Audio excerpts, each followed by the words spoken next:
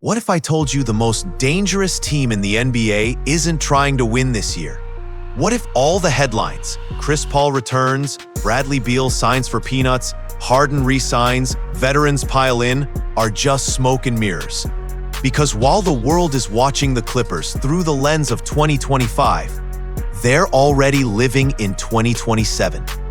And when you see what they're building toward, the decisions they've made, the stars they've passed on, the contracts they've signed, you'll realize something that most of the NBA media has completely missed.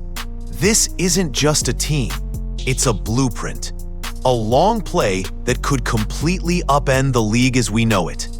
And if it works, the Los Angeles Clippers, once the most dysfunctional franchise in professional basketball, could walk into the most talent-rich free agency in history and walk out with the keys to the NBA. Let's go back to the moment this all became clear. Paul George, gone. No trade, no assets, no last dance, just gone. He signed with the Philadelphia 76ers after reportedly turning down the Clippers' 2-year, $60 million offer. Was it low? Yes. Was it intentional? Absolutely. Because the Clippers had already made their choice. They were done with long-term commitments, done tying up max money in players they couldn't rely on physically, and most importantly, done sacrificing future flexibility for uncertain present returns. Paul George wanted Kawhi Leonard money, a 3-year, $150 million contract. The Clippers said no, and that's where everything changed. Instead of scrambling to replace him with another star, they went a completely different direction.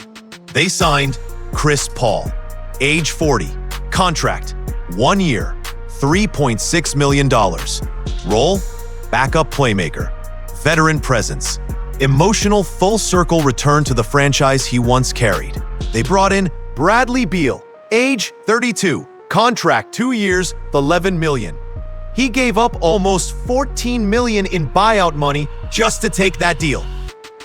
They traded for John Collins, age 26, contract 1 year, $26.5 million. A floor-spacing power forward with bounce, brought in using Norman Powell as trade bait.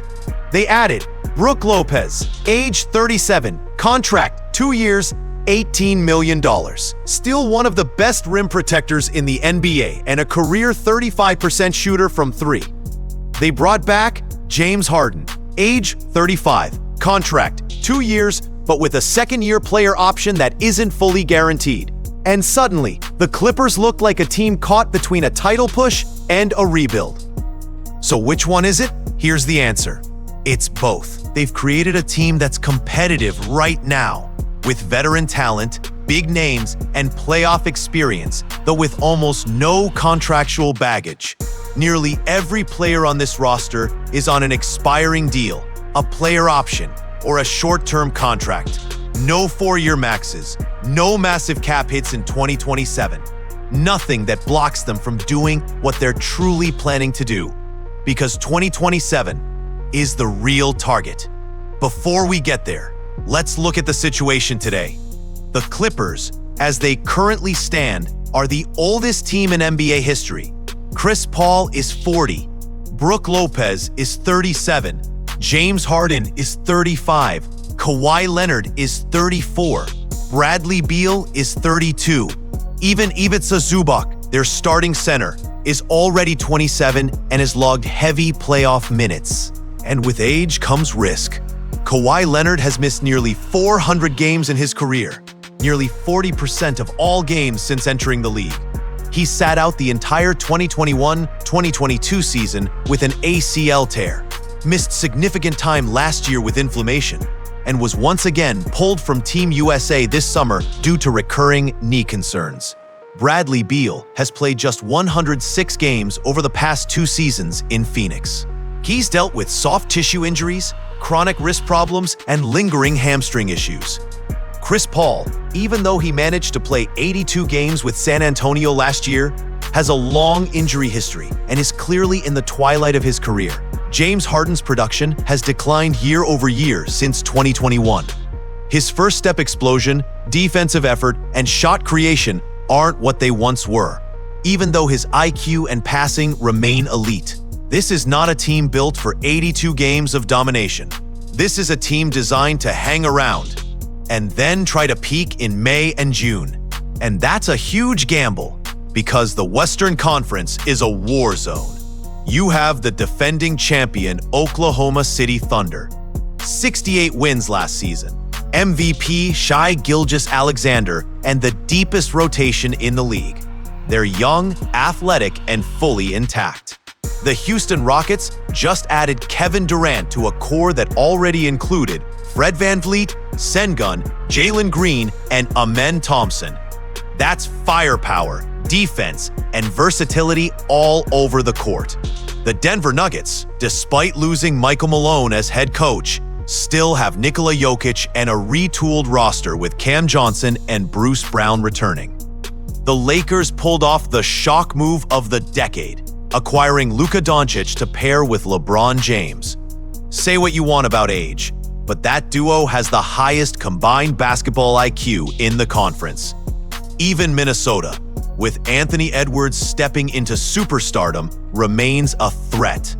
Where do the Clippers rank in all this? Most analysts place them somewhere between 5th and 7th in the West. Vegas agrees, placing their title odds between plus 1,800 and plus 2,500. They're dangerous, but they're not favorites, and they're not young. So what's the real play? Let's go back to the contracts. Chris Paul, 1 year. Bradley Beal, 2 years, but player option. Brook Lopez, 2 years. John Collins, expiring.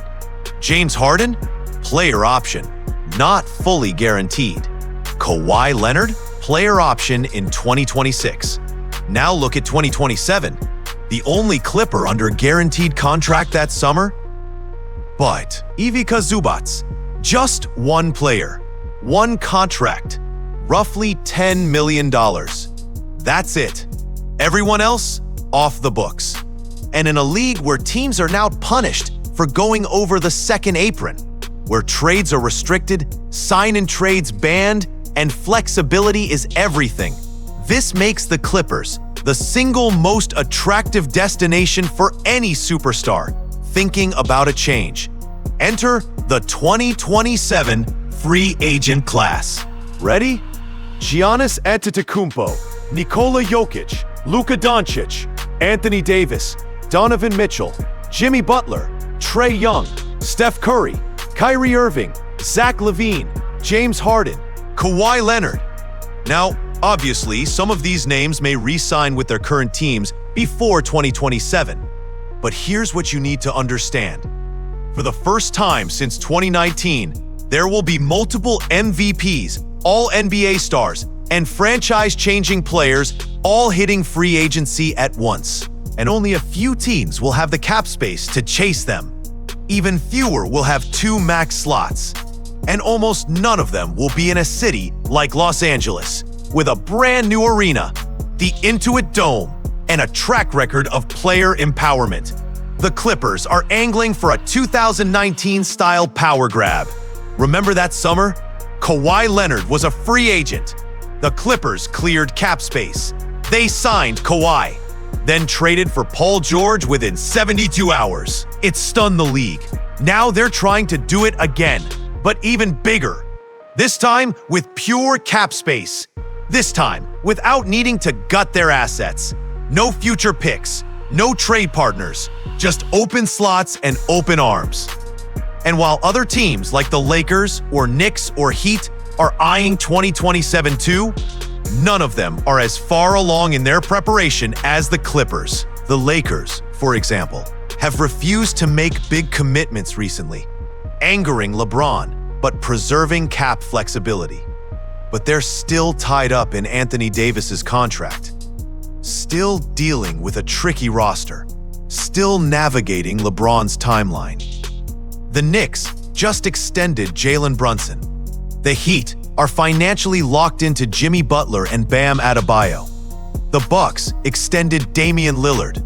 The Celtics have nearly $600 million tied up in Jaylen Brown and Jason Tatum. The Clippers? Practically nothing. They're not just hoping stars become available. They're betting on it. They know that in the NBA, everything changes. Teams fall apart. Players get unhappy. Even guys who swore loyalty, like Kevin Durant, like Kyrie, like Harden, can change their minds overnight. So the Clippers are building the ultimate just-in-case scenario. Just in case Luka doesn't re-sign. Just in case Giannis grows tired of Milwaukee. Just in case Jokic wants out of the spotlight in Denver.